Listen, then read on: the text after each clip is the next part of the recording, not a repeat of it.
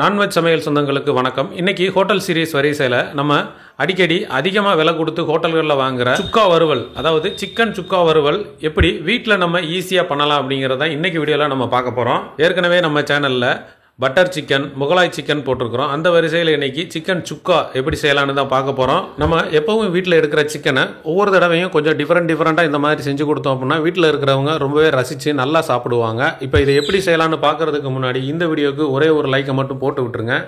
வணக்கம். நீங்கள் நம்ம நான்வெஜ் சமையலில் சிக்கன் சுக்கா பக்காவாக செய்ய போகிறோம். அந்த பக்காவாக செய்கிறதுக்கு அந்த மசாலா சூப்பராக செய்யணும். அந்த சூப்பராக செய்கிற அந்த மசாலா எப்படின்னு இப்போ பார்ப்போம். இப்போ அந்த மசாலுக்கு 2 டேபிள் ஸ்பூன் மல்லி, நல்லா உருட்டு மல்லி, 1 டேபிள் ஸ்பூன் மிளகு, 1 டேபிள் ஸ்பூன் சீரகம், 1 டேபிள் ஸ்பூனு பெருஞ்சீரகம், ஒரு 4 ஏலக்காய் சின்னதாக, காஞ்ச மிளகா ஒரு 7. இதுதான் நம்ம இப்போ மசாலா வறுக்கிறதுக்கு தேவையானது. இப்போ நம்ம வறுக்கிறதுக்கு பாத்திரத்தை அடுப்பில் வச்சு அடுப்பு எரிஞ்சிக்கிட்டு இருக்கு. சட்டி சூடாகிடுச்சு. சூடானோடனே நம்ம மல்லி எல்லாத்தையுமே போட்டு அப்படியே லேசாக பொன்னிறமாக வறுத்து கொடுத்துக்கலாம். இந்த வத்தலை மட்டும் தனியாக வச்சுருங்க. மற்றதெல்லாம் உள்ளே சேர்த்து வறுத்துடலாம். லேசாக வறுத்து கொடுங்க. இப்போ இதில் பட்டை கிராம்பு அந்த மாதிரி எதுவும் இல்லை. இன்றைக்கி வத்தலை அதில் சேர்த்துருங்க. லேசாக மனம் வந்தோடனே அதில் வத்தலை சேர்த்துட்டு, அதாவது ஒரு பாதிக்கு மேலே வறுபட்ட உடனே வத்தலை சேர்த்துருங்க. வத்தலையும் சேர்த்து அதோட நல்லா வறுபட்டுருங்க. அடுப்பை சிம்மிலே வச்சுக்கோங்க. நல்லா இந்த அளவுக்கு வறுபட்ட உடனே நம்ம இங்கே இப்போ நம்ம இது நம்ம ட்ரை கோகனட்டு அந்த துருவெல்லாம் சேர்த்துருக்கோம். ட்ரை தேங்காய் தான் சேர்த்துருக்கேன். துருவுனது ட்ரை தேங்காய் தான் சேர்த்துருக்கேன். ஒரு 1/4 கப்பு சேர்த்துருக்கேன். நீங்கள் வீட்டில் சாதாரணமாக நம்ம எப்பயும் போல் அந்த முடியில் இருக்க துருவி இதில் சேர்த்துக்கலாம். அதையும் சேர்த்து இதோட சேர்த்து நல்லா லேசாக வறுத்து கொடுத்துக்கிறணும்.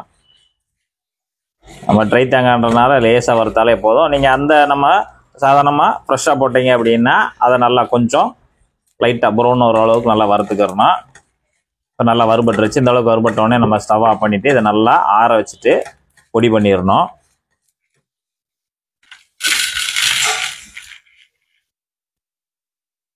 நல்லா ஆறிடட்டும். ஆறின பிறகு நம்ம அதை அப்படியே ஒரு மிக்ஸி ஜாரில் மாற்றி நல்லா பொடி பண்ணிட்டு வந்துடலாம். இப்போ நம்ம சிக்கன் சுக்கா செய்ய போகிறோம். அதுக்கு ஒரு இந்த மாதிரி கொஞ்சம் கனமான பாத்திரம், அகலமான பாத்திரம், நல்லா கிண்டி வேக வைக்கிறதுக்கு. இப்போ எண்ணெய் ஒரு 75 ml நல்லெண்ணெய் சேர்த்துருக்கோம். நீங்கள் நல்லெண்ணெய் இல்லைன்னா தேங்காய் எண்ணெய், இது 2 தான் பெஸ்ட்டு அந்த நம்ம சிக்கன் சுக்காவுக்கு. அதான் டேஸ்ட் நல்லா எடுத்து கொடுக்கும். உங்களுக்கு எந்த எண்ணெய் பிடிக்குதோ இந்த 2 எண்ணெயில் ஒரு 75 ml சேர்த்துக்கோங்க. சேர்த்துட்டு இப்போ எண்ணெய் சூடாகிக்கிட்டு இருக்கு. ஒரு 1/2 டீஸ்பூன் போல் சீரகம் போட்டு அது நல்லா பொரியட்டும். இப்போ இன்றைக்கி 150 கிராம் நம்ம சின்ன வெங்காயம் தான் எடுத்துருக்கோம். சின்ன வெங்காயத்தை 150 கிராம் எடுத்து தொலியை உரிச்சிட்டு நல்லா இந்த மாதிரி நீல வாக்கில் வெட்டி வச்சுருக்கோம். இதை தான் நம்ம இதில் சேர்க்க போகிறோம். இப்போ நம்ம சீரகம் நல்லா பொரிஞ்சு வந்துக்கிட்டு இருக்க நேரத்தில் இந்த வெங்காயத்தை எல்லாத்தையுமே சேர்த்துருவோம். இதை நீங்கள் இஞ்சி இடிச்சிட்டு கூட சேர்த்துக்கலாம். குரலில் வச்சு இடிச்சிட்டு கூட சேர்த்துக்கலாம்.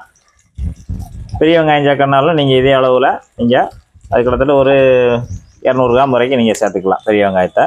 இது நல்லா வதக்கிடணும். நம்ம சிக்கன் சுக்கா செய்யும்போதே எண்ணெய் கொஞ்சம் கூடுதலாக தேவைப்படும். ஏன்னா நம்ம இதில் சுக்கானாலே ட்ரை அப்படின்னா தண்ணியே சேர்க்காம நம்ம அந்த ஒரு சிக்கனை சூப்பராக வேக வச்சு அப்படியே பீஸாக எடுக்க போகிறோம். அதுக்கு தான் தண்ணி எதுவும் நம்ம சேர்க்க போகிறதுனா அதனால் எண்ணெய் கொஞ்சம் கூடுதலாக தான் தேவைப்படும். இப்போ நம்ம 75 ml ஊற்றிருக்கோம். நல்லா வெங்காயம் வதங்கட்டும். அதில் இப்போ ஒரு கொத்து கருவேப்பிலை அதை உருவிட்டு உள்ளே சேர்த்துருங்க. வெங்காயம் நல்லா ஒரு பொன்னிறமாக வதங்கிடணும். ஓகே, அந்த வெங்காயத்தில் இருக்க அந்த தண்ணி அந்த எண்ணெயோடு சேர்த்து இறங்கி நல்லா வதங்கிட்டு இருக்கு. நல்லா வதங்கட்டும். நல்லா கொஞ்சம் ப்ரௌன் ஆகி வரட்டும். இப்போ நமக்கு பாதிக்கு மேலே அந்த வெங்காயம் நல்லா வதங்கி வந்துருச்சு. நல்லா சொதிஞ்சு வந்துருச்சு. இந்த இடத்துல நம்ம இஞ்சி பூண்டு பேஸ்ட்டு ஒரு டேபிள் ஸ்பூனு சம அளவில் எடுத்து இஞ்சி பூண்டு பேஸ்ட் நல்லா நைஸ் அரைச்சி வச்சுருக்கோம். அதை இதில் சேர்த்துருங்க. 1 டேபிள் ஸ்பூனு அதையும் நல்லா இதோடு சேர்த்து நல்லா கிண்டி கொடுத்துருங்க. அடுப்பு நம்ம வெங்காயம் வைக்கும்போது வேகும்போது ஹை ஃப்ளேமில் வச்சுருந்தோம். இஞ்சி பூண்டு போட்ட உடனே கொஞ்சம் மீடியமுக்கு மாற்றிக்கோங்க. ஏன்னா லைட்டாக அடி பிடிக்கும். அதுக்காக மல்லி இலையை நல்லா பொடுசாக வெட்டி இப்படி நம்ம ஒரு 5 விரல் அப்படி அமுக்குனா எவ்வளோ பிடிக்குமோ அந்த அளவுக்கு மல்லி இலையை எடுத்து அப்படியே மேலே தூவி விடுங்க. நம்ம இந்த தாளிப்பு வெங்காயம் போடும்போது அந்த மல்லி இலையை போட்டோம்னா அந்த வாசம் நல்லாயிருக்கும். வெங்காயத்தோடு நல்லா வதக்கி கொடுத்துருங்க. லைட்டாக அந்த அளவுக்கு வதக்கினா போதும். ஒரு 1/4 டீஸ்பூன் போல் மஞ்சள் தூள், 1 டீஸ்பூனு காஷ்மீர் மிளகாத்தூள், 1 டீஸ்பூனு அது லைட்டாக அந்த கலருக்காக. ஏற்கனவே நம்ம அந்த மசாலாவில் வேறு நம்ம காரம் சேர்த்துருக்கோம். அதனால் கனெக்ட் பண்ணி போட்டுக்கோங்க. இந்த அளவில் போட்டால் சரியாக இருக்கும். அதையும் நல்லா இதோட சேர்த்து கலந்து விட்டுருங்க. நம்ம இங்கே ஒரு 10 முந்திரி பருப்பு வச்சுருக்கோம். அதையும் நம்ம உள்ளே சேர்த்துடலாம்.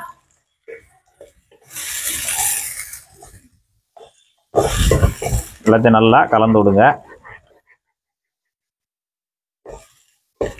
இதுக்கு தேவையான உப்பு போட போகிறோம். உப்பு வந்து 1 டீஸ்பூனு சேர்த்துட்டு அதையும் நல்லா கலந்து கொடுத்துருங்க. நல்லா கலந்தாச்சு. இன்றைக்கி நம்ம சிக்கன் வந்து 3/4 கிலோ எடுத்துருக்கோம். 3/4 கிலோ சிக்கனு நீங்கள் வந்து போன்லெஸ்ஸாகவும் எடுத்துக்கலாம், நம்ம எலும்போடு சேர்த்து எடுத்துக்கலாம். நான் இன்றைக்கி எலும்போடு சேர்த்து தான் நான் 3/4 கிலோ எடுத்திருக்கேன். பீஸ் வந்து நல்லா இந்த அளவுக்கு இருக்கும். சுக்காங்கும் போது கொஞ்சம் பெருசாக இருக்கணும், ரொம்ப சிறுசாக இருந்துச்சுன்னா ரொம்ப நொறுங்க ஆரம்பிச்சிடும். நல்லா இந்த அளவுக்கு நல்லா ஒரு மீடியமான சைஸில் நம்ம வெட்டி வாங்கிக்கிறணும். இதை இப்போ நல்லா 2 தடவை கழுவிட்டு ரெடியாக எடுத்து வச்சுருக்கோம். தண்ணி கொஞ்சம் கூட இருக்கக்கூடாது, நல்லா பிழிஞ்சிட்டு தனியாக எடுத்து வச்சுருங்க. வந்து எல்லாத்தையுமே உள்ளே போட்டுருங்க.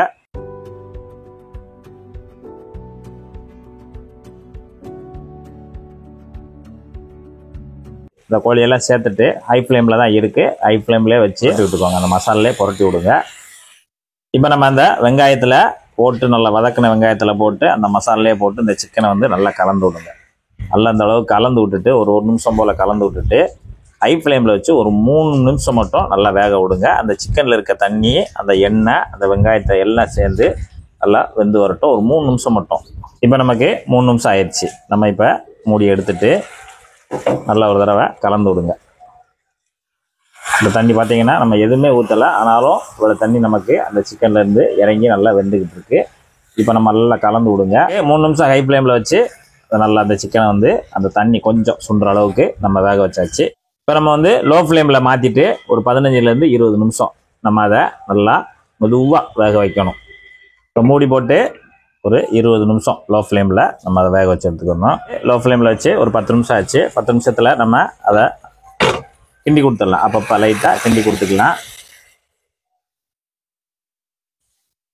இன்னும் ஒரு 5 நிமிஷம் மட்டும் நல்லா அந்த மூடி போட்டு தம் ஆகட்டும்.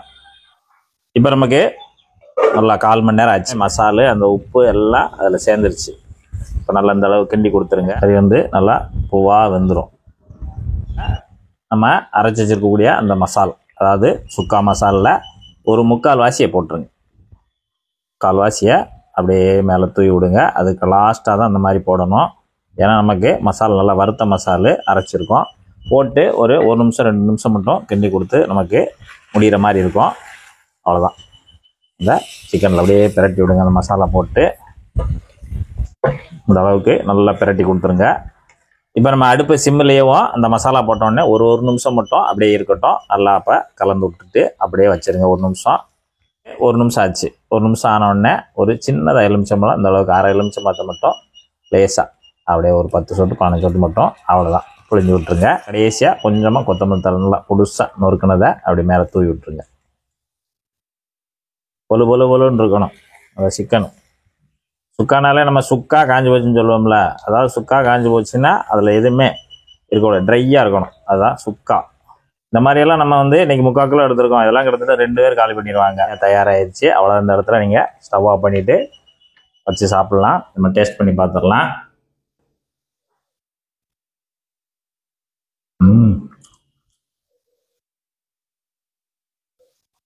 வா, அருமையாக இருக்கு. அதாவது நம்ம இன்றைக்கி வந்து எலும்பு கறி எடுத்துருக்கோம். நான் எப்பவுமே அந்த எலும்போடு சேர்ந்து தான் எடுத்தேன். அவ்வளோ தான் நமக்கு அந்த ஜூஸ் அதெல்லாம் நல்லா இறங்கி அந்த டேஸ்ட் நல்லா மேலே எடுத்து கொடுக்கும். இல்லை நீங்கள் சாதாரணமாக அந்த எலும்பில்லாத கறி கூட எடுத்துக்கலாம். நல்லா அருமையாக இருக்குது. இதே போல் நீங்கள் ஒரு சிக்கன் சுக்கா செய்து சாப்பிட்டு எப்படி வந்து அந்த கமெண்ட்டில் சொல்லுங்கள். நன்றி, வணக்கம்.